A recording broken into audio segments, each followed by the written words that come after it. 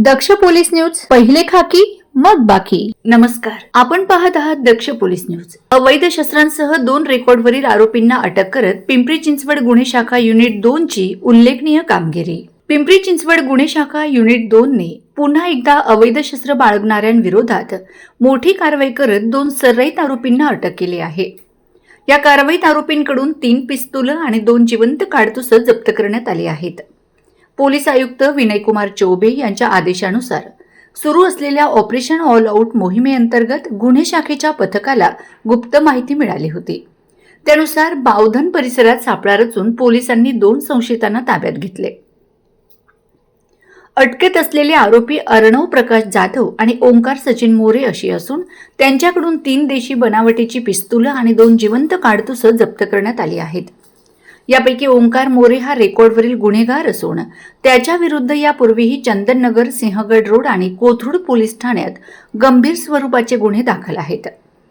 या प्रकरणी बावधन पोलीस ठाण्यात आर्म्स ऍक्ट आणि महाराष्ट्र पोलीस कायद्यानुसार गुन्हा दाखल करण्यात आला असून पुढील तपास गुन्हे शाखा युनिट 2 पिंपरी चिंचवड करत आहेत. सदरची कारवाई पोलीस आयुक्त विनयकुमार चौबे, अप्पर पोलीस आयुक्त, पोलीस उपायुक्त गुन्हे तसेच वरिष्ठ अधिकाऱ्यांच्या मार्गदर्शनाखाली गुन्हे शाखा युनिट 2 च्या पथकाने यशस्वीरित्या पार पाडले.